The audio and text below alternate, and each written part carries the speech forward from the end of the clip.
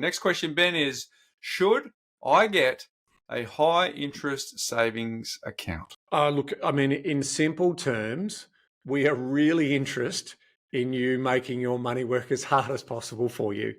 So what we tend to see in a lot of households is their money is not working as hard as it possibly could for them.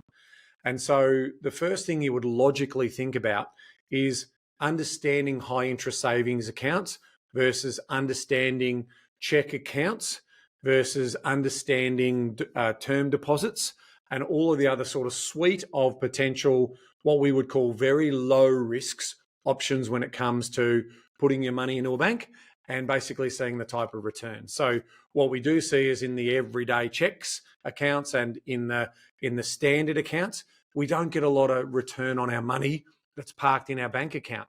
And so from that point of view, it makes a lot of sense to search out for these high interest savings accounts and seeing what sort of additional interest you can earn for the money that's sitting in those particular accounts. It's as simple as this. I definitely think that we should all be focusing on not leaving money on the table, right? There's an opportunity for us to actually earn as much money as we possibly can.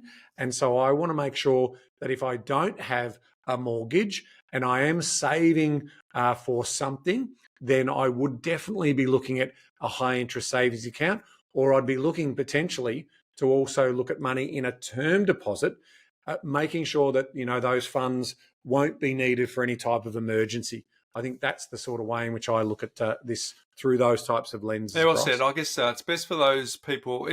So here's a bit of our take, right? It's best for those people without a mortgage or high interest debt, right? So therefore it becomes a safe place for their savings. Now, to sort of Ben's point earlier, for short-term savers where you want to put emergency funds or travel or some large purchases, as opposed to I don't have any funds, so that might be in a term deposit that Ben just spoke to.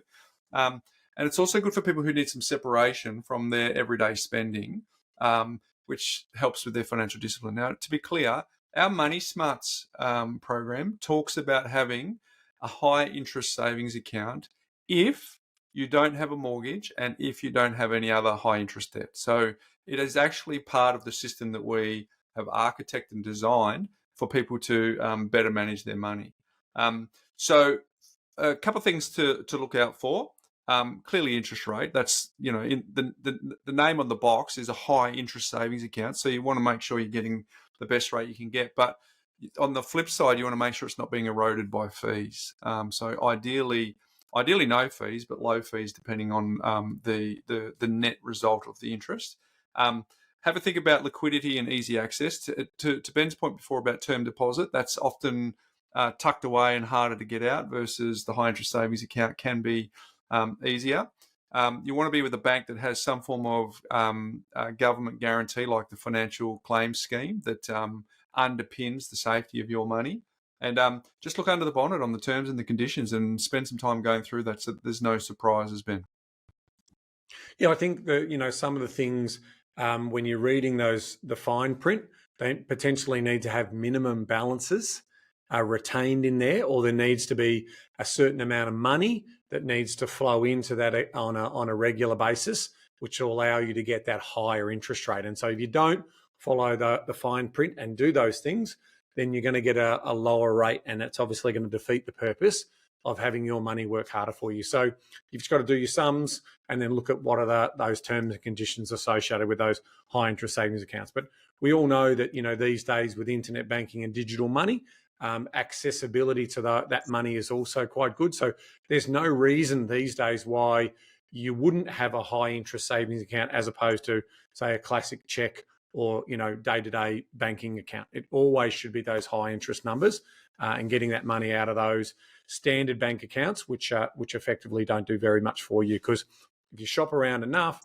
you'll also see, to Bryce's point about the fees and charge, in a lot of cases, there's also no monthly fees associated with them as well, if you get the right type of product. So when do you not get a high interest savings account, Ben? Again, just our take, not our advice. But if you have a mortgage, an offset account is better. We've talked about that a lot on this podcast, in our book, because it reduces an expense. which is usually, so you might be paying a mortgage between 5 and 7%. You might be earning interest between 2 and 3. It doesn't take a rocket scientist to realize that reducing a cost at the rate of 5 to 7 is better than earning at 2 to 3. And that earning of the 2 to 3% is actually then becomes deductible. So if you have a mortgage, we would suggest that an offset account is better. It's the primary account in our business. Yeah, that's right, Bryce. What basically we're talking about there is what a lot of people think about when they look, and some of those high interest savings accounts might actually have a 4 in front of them. And so you think, well, the margin's not that much difference, but you just said it a minute ago, and I think I want to double click on it. And that is that with the money that I'm earning, I have to pay interest on. So it actually drags down the actual final net value that I get.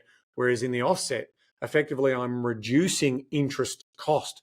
And so that's not calculated as income from the tax office. And I think that's a nice little sort of bow on what you were talking about. And there. also, Ben, we talk about this routinely, is you can't save your way to retirement. So this fits that category of, sure, it's better than not doing anything. It's if you're creating surplus and you're saving, great.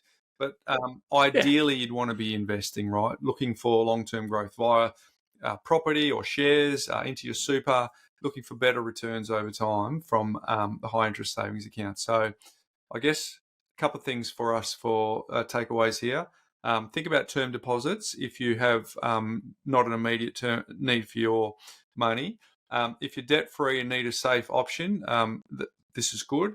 If you have a mortgage, use an offset account instead. And if your long-term goal is creating wealth, perhaps invest instead, Ben.